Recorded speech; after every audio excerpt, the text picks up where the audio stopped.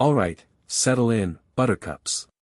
Today, we're peeling back the gilded curtain on something you probably intuit but have never fully grasped: how the top 1%, yes, those guys, use debt, not just to buy stuff, but to build empires, dodge taxes, and solidify generational wealth for their grandkids before they even learn to walk.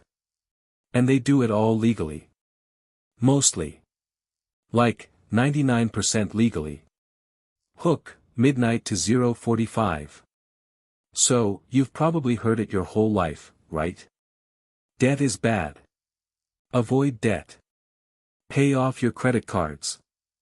And for most of us, that's actually solid, sensible advice. But what if I told you that same advice is basically financially illiterate for the ultra-rich?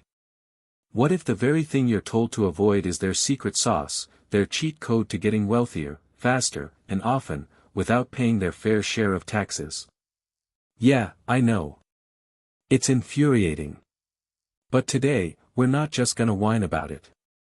We're gonna break down exactly how they do it, so you can at least understand the game, even if you can't play it at their level, yet. Section 1, The Great Debt Divide, 0:45 to 2 o'clock. Let's start with the fundamental difference in how debt is viewed. For you and me, debt is typically consumer debt: car loans, credit cards, student loans, maybe a mortgage. This kind of debt usually decreases your net worth, ties up your future income, and you pay interest on it with after-tax dollars. It's a liability. It's what keeps most people on the treadmill. But for the ultra-rich, debt is a tool. It's leverage. It's a strategic asset. They don't use debt to buy a new iPhone, they use debt to buy income-generating assets, businesses, real estate portfolios, and private jets that double as business expenses. They borrow against appreciating assets, they deduct interest, and they often pay back loans with inflated dollars, effectively getting cheaper money over time. While we're stressed about our credit card balance, they're strategizing how to borrow more to accelerate their wealth accumulation. It's a different universe, people. And the tax code? Oh, the tax code is basically their personal concierge, making sure everything is just so. Section 2, Leverage and the Infinite Money Glitch, aka Interest Deductions, 2 to 4 o'clock. Okay, so how does this leverage thing actually work? Imagine you have $1 million. A normal person might invest that $1 million into stocks or maybe a small business. A rich person, they might take that $1 million, secure a loan for $9 million, and now they have $10 million to invest. They've just leveraged their initial capital 10x. Now, here's where the tax code starts to wink at them. The interest paid on debt used for business or investment purposes is often tax deductible. Think about that for a second. If you take out a loan for a personal car, you pay interest, and you get no tax break. But if a real estate mogul takes out a $100 million loan to buy an apartment complex, the millions in interest they pay each year can be deducted from their taxable income. It directly reduces the amount of money the government can tax. It's basically the government subsidizing their cost of borrowing, which, let's be real, is already lower than what you or I could get because they're less risky borrowers. This isn't just for mega corporations. Small business owners, real estate investors, they all use this. It incentivizes borrowing to grow productive assets. And while that sounds good in theory, in practice, it means the more you borrow for business, the lower your taxable income can be. It's a fundamental principle: good debt is deductible, bad debt isn't. And the rich? They only take on good debt. Section 3, The Magical World of Depreciation, 4 to 5:30. Here's where things get juicy, especially with real estate. You buy a building for $10 million. It's probably going to appreciate in value over time, right? The land component definitely will. But for tax purposes, the IRS allows you to deduct the cost of the building, not the land, over its useful life, usually 27.5 years for residential and 39 years for commercial. This is called depreciation. Depreciation is a non-cash expense. You're not actually spending money out of your pocket each year for depreciation, but you get to subtract it from your rental income or business profits. So, if your property generates $500,000 in rental income, and you have $200,000 in depreciation, your taxable income just dropped to $300,000, even though you still pocketed the full $500,000, minus other expenses. It's a phantom expense that makes real profits look smaller to Uncle Sam. And for the really savvy, there's accelerated depreciation, bonus depreciation, cost segregation studies, all fancy ways to front-load these deductions, meaning even lower taxable income in the early years. Many wealthy real estate investors can show little to no taxable income, or even a loss, on paper, while simultaneously generating significant cash flow and seeing their asset values skyrocket. This is how they live, tax-free, not by literally paying zero tax, but by legally reducing their taxable income to near zero, or even negative, which can then offset other income. It's like a magic trick, but it's in the tax code. Section 4, the cash-out refi, living tax-free on new debt, 5:30 to 7 o'clock. This is perhaps the most audacious move. Let's say our $10 million building, purchased with $9 million in debt, has appreciated to $15 million. It's generating solid cash flow, and you've been depreciating it like a boss.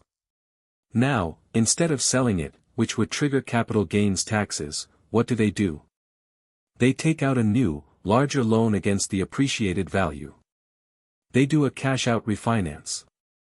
They might pull out $3 million in cash. Guess what?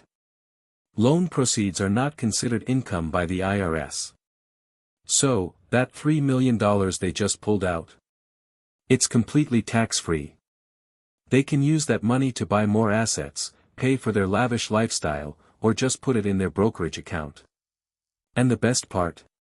The interest on this new loan is also tax-deductible because it's still considered debt used for investment property.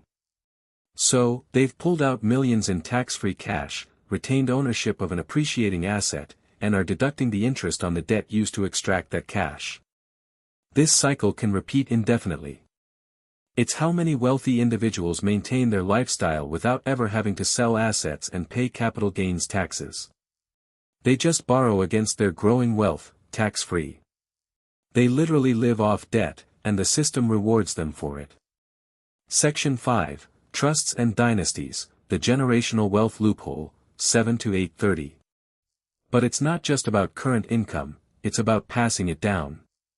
Estate taxes are supposed to prevent megadynasties, but the rich have found ways around that too. Enter the glorious world of trusts. Not your grandpa's simple will, we're talking sophisticated, multi-layered trusts that make your head spin. One common one is the Grantor Retained Annuity Trust, or GRAT.